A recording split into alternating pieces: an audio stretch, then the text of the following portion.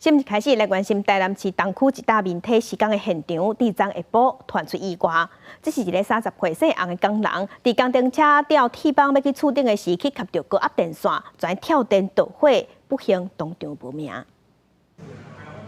拜四下昼1点58分，台南市东区一条正围巷仔内面一间明体，伫咧做吊挂铁棒作业时阵发生意外。30岁姓洪的工人，敢若伫咧工程车顶头做吊挂厝顶铁棒时阵，去夹到电火线，造成跳电导火，当场倒伫咧涂骹无生命现象。工头赶紧通知台电来断电，也通知消防局来救人。是修缮工人驾驶吊车移动吊臂时，不慎触碰高压电线，导致该名工人因触电倒地。经救护人员初判已无生命迹象。台南消防局出动8台车8个人来救，经过救护人员评估，姓洪的工人已经明显死亡。死者的老母甲家属赶到现场，靠家挡袂牢。